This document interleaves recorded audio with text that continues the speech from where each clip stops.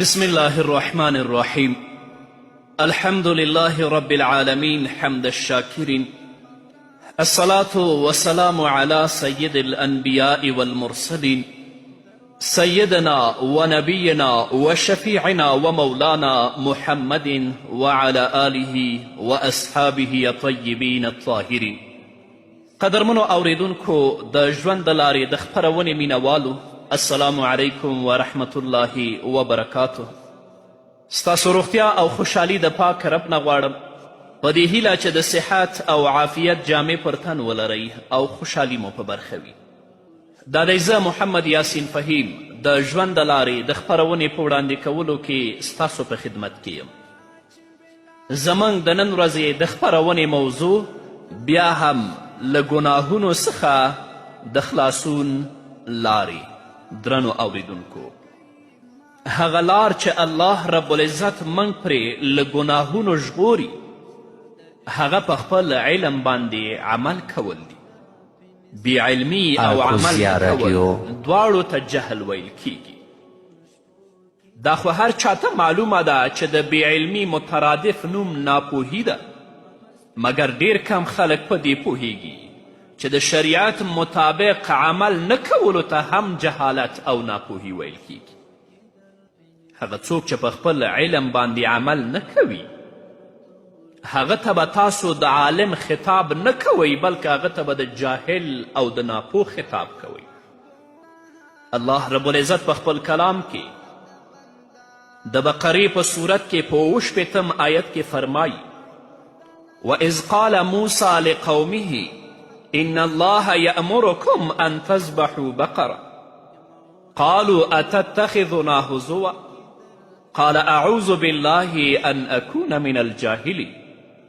او کله چې موسی علیه الصلاة والسلام خپل قوم ته وویل بېشکه چې الله تاسې ته د غوا په حلالولو باندې امر کوي، نو هغوی وویلې آیا ته موږ پورې مسخرې کوې؟ حضرت موسی علیه الصلاة والسلام ورته وفرمیل په الله باندې پناه غواړم له دې چې زه له ناپوهانو څخه وګرځم. په دغه ځای کې موسی علیه الصلاة والسلام د مسخرو او ټوکو عمل چې د شریعت خلاف کار دی د جاهلانو له کړنلارو څخه وګرځولو. همدارنګه الله رب العزت د بقرې په صورت کې 101 آیت کې فرمایي: ولما جاءهم رسول من عند الله مصدق لما معهم نبذ فريق من الذين أوتوا الكتاب كتاب الله وراء ظهورهم كأنهم لا يعلمون. او هر کله چې هغوی یعنی بني اسرائیلو ته د الله لخوا داسې پیغمبر راغی چې د هغوی د کتابونو تصدیق یې کولو، نو یوې ډلې د اهل کتابو د الله کتاب له شاګانو وروسته وغورځولو، گویا چې دوی نه پوهیږي.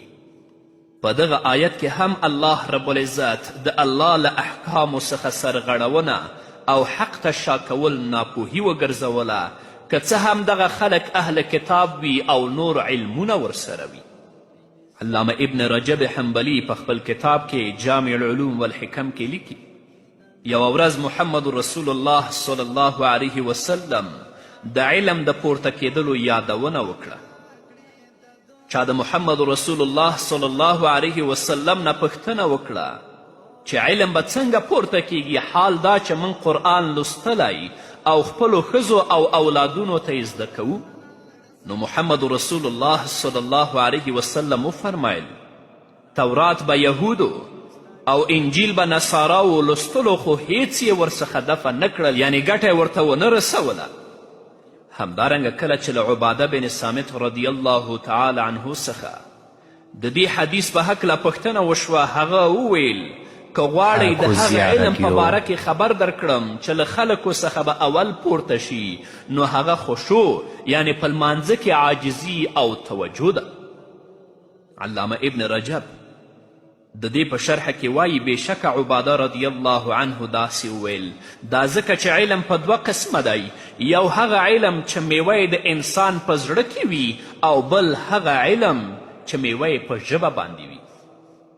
لومړنی قسم علم هغه علم دی چې د الله د ذات، د هغه د اسماو د هغه د صفاتو افعالو پورې اړه لري او انسان ته له الله څخه ویره، هیبت، د هغه عظمت، هغه ته عاجزي، د هغه محبت، هغه ته امید، له هغه څخه غوښتل، پر هغه باندې توکل او داسې نور حالات او صفتونه ورکوي. پس همدا نافع او ګټور علم دی، په خلاف د هغه علم چې عمل ورباندې نه وي.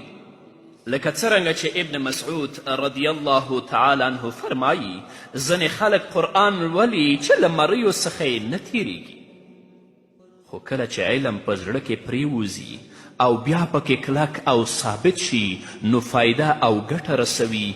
حسن بصري رحمه الله فرمایي علم دوه علمونه دي، په ژبه باندې علم چې دا به په انسان باندې د الله له طرفه حجت وي، او بل هغه علم چې په زړه کې وي چې همدا علم نافع دی. دویم قسم علم هغه علم چې په ژبه باندې وي، داسې علم انسان ته هیڅ فایده او ګټه نه رسوي، بلکې هغه به په قیامت کې پر انسان باندې حجت وي.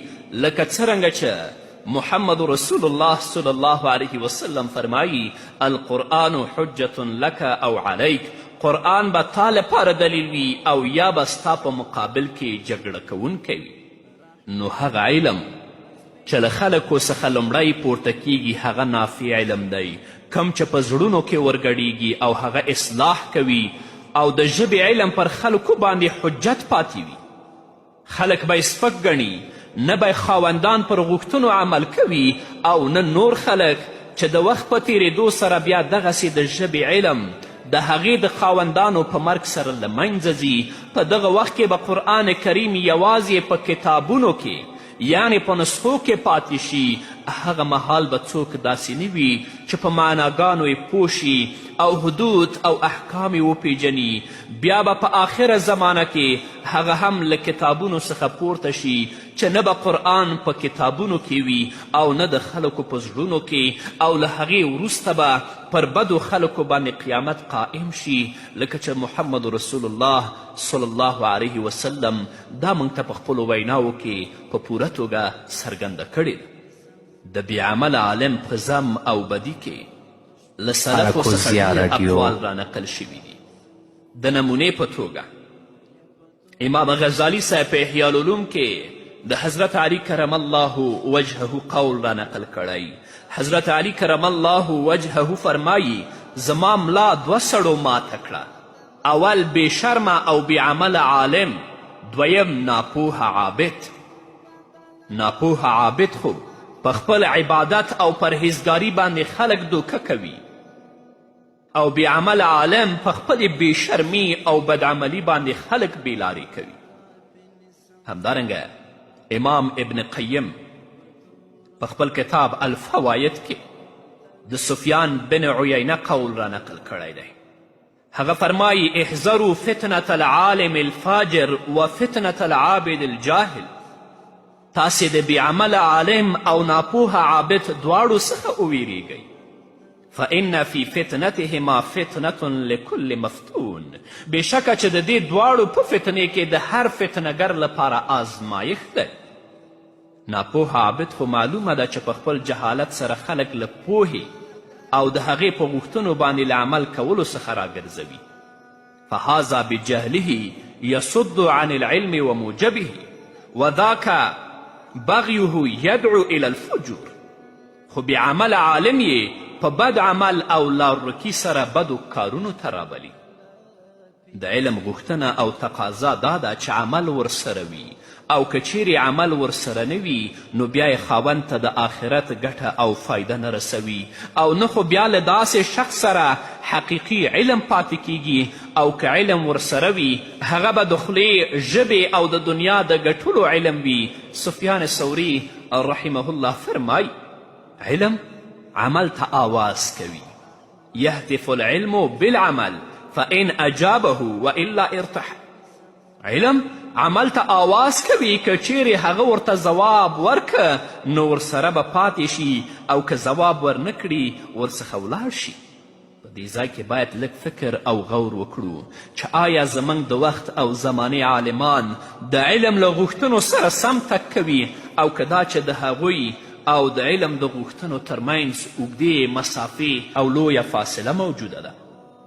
اوسني اهل علم دی وګوري چې په خپل علم باندې څومره یقین لري. آیا دوی د علم د آخرت د ګټې لپاره کړی او که د دنیاوي ګټې لپاره؟ دا یو حقیقت دی چې شرعي علم د یو فن او کسب په څیر زده کیږي تر څو پرې منصب، پیسې او دنیاوي وجاهت حاصل شي. که دا واقعیت ته نظر وکړو نو ډیر عالمان د ژبې عالمان دي چې داسې علم به په قیامت کې پر دوی باندې حجت وي. یو خو علم د دنیاوي منصب، د دنیاوي وجاهت او د پیسو لپاره زده کړی. دویم دا چې هر هغه څیز چې د شرع او د رسول الله د سنتو خلاف یې لیدلی د هغه په وړاندې درېدلی نه دی، مبارزه یې نه ده کړې. هغه وګړي چې ځانونو ته پوهان، شرعي متخصصین او نور څه وایي، که د شریعت د علم او پوهې دعوت لرونکي وي نو په دې د ښه وپوهیږي چې بې له عمله هغوی هیڅ دي. د دوی دغسې نومونه، شهادتنامې او نور حیثیتونه خو به تر ژوند پورې وي چې له مرګ څخه وروسته به تش لاسي وي. لکه څرنګه چې مرحوم ابوالحسن ندوي رحمه الله د دغسې عالمانو په اړه په خپل کتاب کې لیکي: الانسانیه غنیة فی المظهر فقیرة فی الحقیقه. انسانیت د ظاهري شکل او څیرې له اړخه بډایه دی، غني دی، خو په حقیقت او باطن کې نیستمن دی او څه نه لري. تضاف الفضائل الى اصحابها من شهادات يحملونها ورواتب يتقاضونها. ته به ګورې چې خلکو ته عزتمندي او شرافت په هغو شهادتنامو ورکول کیږي چې له ځانونو سره یې پنډ کړي وي او په هغو تنخواګانو چې څومره یې وغواړي ورکول کیږي. وقصور یسکنون فیها وحکومات یتجملون بها. او په هغو ماڼیو او تعمیرونو چې پکې اوسیږي او په هغو منصبونو چې ځانونه پرې ښایسته کوي، خو د دغسې خلکو شرافت او بهتري د هغوی نفسونو او د زړونو د سمون او اصلاح په اساس سره نه وي او نه یې د شخصیت سره کوم تعلق لري. که له دغه ډول خلکو څخه دغسې دنیوي امتیازات واخیستلی شي او ورڅخه بې برخې شي نو په پوره ډول به مفلس یعنې تشلاسی وګرځي او له حقیقي مرګ څخه به مخکې مړ شي. د دې برعکس د ایمان، اخلاص، رښتینولي، تقوا، زهد او قناعت او نورو ښو صفتونو خاوندان به نه تشلاسي کیږي بلکې له مرګ څخه وروسته به په دنیا کې هم په ښه یاد سره ژوندي وي. د حقیقت دی فلانی دکتور دی، ماستر دی، لیسانس دی، په دغه شهادتنامو باندې دنیا ترلاسه کړې، خو که دې ترې واخیستلې بیا هیڅ هم نه دی. خو زموږ ډېر درانه علما دي چې نه د لیسانس سند لري، نه د ماستري لري، نه د ډکتورا لري، خو الحمدلله علم په دو ټولو اوچت دی. هیڅ کله هم د خپل وجاهت عزت دوی د لاسه نشي ورکولی. که د هغو نه دا اسناد واخیستل بیا تشلاسي او مفلس دي. الله دې د داسې علم نه موږ وساتي. په همدې هیله درنو اوریدونکو نور به م واورو خو د یوې دمې نه وروسته. قدرمنو اوریدونکو بیا هم زموږ سلامونه ومنئ. په اوسني عصر کې ډیر عالمان د حق پالو او رباني علماو له صفتونو څخه بې برخې دي. ځینې تش په نامه عالمان د منصب او هوس په مستیب کې ډوب شول، د دربار او سرکار په خدمت کې لګیا شول، د مسلمانانو په ځای د کافرانو سره دوستی غوره وبلله او د داسې سختو جرائمو مرتکب شول چې د یو عادي مسلمان نوم هم نشي ګټلی. دا خو لا څه کوي چې د رسول الله صلی الله علیه وسلم د وارث نوم دې ورکړی شي. باید پوه شو چې دوی ته دغسې د ستاینې لقب او نوم ورکول جرم دی او ځینې د غربي نظامونو لاندې د شریعت او اسلامي علومو له زده کړې نه فارغ شوي خلک خو د دغسې نسبت او صفت څخه پخپله بیزاره شوي دي. د هغوی یوه مهمه نښه دا ده چې دا ورته ډیره بده بریښي چې څوک یې د ملا په نوم یاد کړي او یا دې ورته مولوي او ملا صاحب ووایي چې زموږ په ټولنه کې د دیني عالم لقب هم دا دی. امام غزالی رحمه الله په یوې مختصرې لیکنې ایها الولد کې د علم او عمل په اړه مهمې څرګندونې او په علم باندې د عمل نه کولو لپاره عجیبه مثالونه ذکر کړي دي چې ځینې به یې زه تاسو ته وړاندې کړم. اول امام غزالی صاحب فرمایي العلم بلا عمل جنون والعمل بغیر علم لا یکون. بې عمله علم لیونتوب دی او بې له پوهې عمل نه وي. دویم ایها الولد لا تكن من الأعمال مفلسا ولا من الأحوال خاليا وتيقن أن العلم المجرد لا يأخذ باليد. ای هلکه له عمل څخه تش لاسی کیږه مه او مه له ښو احوالو څخه ځان فارغوه او یقین ولره چې یوازې علم چې عمل ورسره نه وي لاسنیوی نشي کولی. دریم یوازې علم چې عمل ورسره نه وي مثال داسې دی لکه یو څوک چې په دشته کې روان وي 10 مضبوطې تورې او نوره اسلحه ورسره وي. دغه سړی په خپله زړور او په جنګ کې مهارت لري. په دغه وخت کې ورباندې یو خطرناک او قوي زمری حمله وکړي نو ته څه ګمان کوي؟ آیا هغه تورې او اسلحه یې بې له استعمالولو د زمري له شر څخه ساتلی شي؟ دا خو معلومه خبره ده چې په دغه وخت کې به دې له زمري څخه د لاس په حرکت او وهلو باندې خلاصیږي. تر څو ته اسلحه او توره وچلوي نو همدارنګه که یو څوک په 100,000 علمي مسئلو باندې پوه وي او نورو ته یې هم زده کړي خو ده ته به تر هغه پورې فایده ونه رسوي تر څو چې ورباندې عمل ونه کړي. حاصل دا چې بې عمله علم تا ته هیڅ ګټه نه رسوي. د آخرت په ورځ کې به همدا په تا باندې حجت وي د الله رب العزت حضور ته به دې راکاږي. دا د خطر زنګ دی د هغو علماو لپاره چې قرآن یې لستی، د محمد رسول الله صلی الله علیه وسلم احادیث یې لستی، خپل عمل هم د قرآن خلاف او د رسول الله د سنتو خلاف او په هغې ټولنه کې چې دا ژوند کوي که هلته د قرآن او د سنت خلافو رواجونه بدعات خرافات او مزخرفات چلیږي دا یې په وړاندې مبارزه نه کوي. څلورم همداراز که یو سړی د تودوخي او صفرا مرض ولري د کوم علاج چې په سکنجبین او کشکاب سره دی د حکیمي دوا ده نو تر هغې پورې به جوړ نشي چې دغه 2 ډوله درمل استعمال نه کړي. نو کوم علم چې تا زده کړی، کوم قرآن چې تا لستی، کوم د رسول الله مبارک احادیث د چې لستی دا به تا ته تر هغې پورې ګټه ونه رسوي چې ته د قرآن او د رسول الله د سنتو مطابق عمل ونه کړي. اوس چې ته د سنتو په ځای بدعت ته او فاسدو رواجونو ته ترجیح ورکوې تا په خپل علم عمل کړی د حشر په ورځ به دې د رب العزت په حضور کې جواب څه وي؟ پنځم که 100 علمونه دې لستی وي او 1000 کتابونه دې راټول کړي وي د الله رب العزت رحمت به درته په تیاری کولو او عمل کولو سر رسی او تا ته به نه درکول کیږي مګر هغه څه چې ته یې وکړي. 100 علمونه دې زده کړي، 1000 کتابونه دې لستی او لیکلي دي د الله رب العزت رحمت به تا ته هلته رسیږي چې ته په خپل علم باندې عمل وکړي. چې عمل دې نه یې کړی د الله رب العزت رحمت تا ته نه در رسیږي. الله خپل کلام کې په سورت نجم کې 9 آیت کې فرمایي وان لیس للانسان الا ما سعا او هیڅ یو انسان لره نشته مګر بدله د هغه څه چې کوشش او عمل کړی. همدارنګه الله په سورت کهف کې 110 آیت کې فرمایي فمن کان یرجو لقاء ربه فلیعمل عملا صالحا پس څوک چې د خپل رب د ملاقات هیله لري نو نیک عمل دې وکړي. په آخر کې باید په الله تعالی باندې له هغه علم څخه پناه وغواړو چې فایده او ګټه نه رسوي. ای الله په تا باندې له داسې علم څخه پناه غواړم چې ګټه نه رسوي نه ځان او نه نورو ته او له داسې زړه څخه چې ویره او عاجزي نه لري او له داسې له دعا څخه چې نه قبلیږي او له داسې ځان څخه یعنی داسې نفس څخه چې هغه نه مړیږي.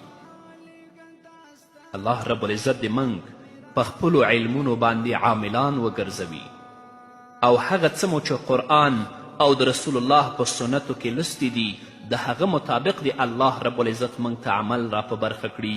دا به زموږ شعار وي، دا به زموږ مبارزه وي چې د خرافاتو، شرکیاتو، بدعت په وړاندې به کلکه مبارزه کوو، د رسول الله سنتو ته به او ویناو ته به په دې ټولو باندې ترجیح ورکوو.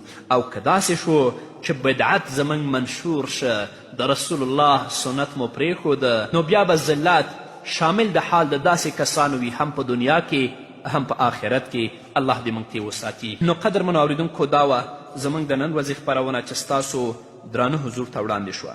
تر بلې خپرونې پورې چې زه بیا هم ستاسو درانه حضور ته راځم، تاسو ټول په لوی او بخښونکي الله سپارم. پاتې ژوند مو نیکمرغه، ښاد، بریالي او کامیاب اوسئ.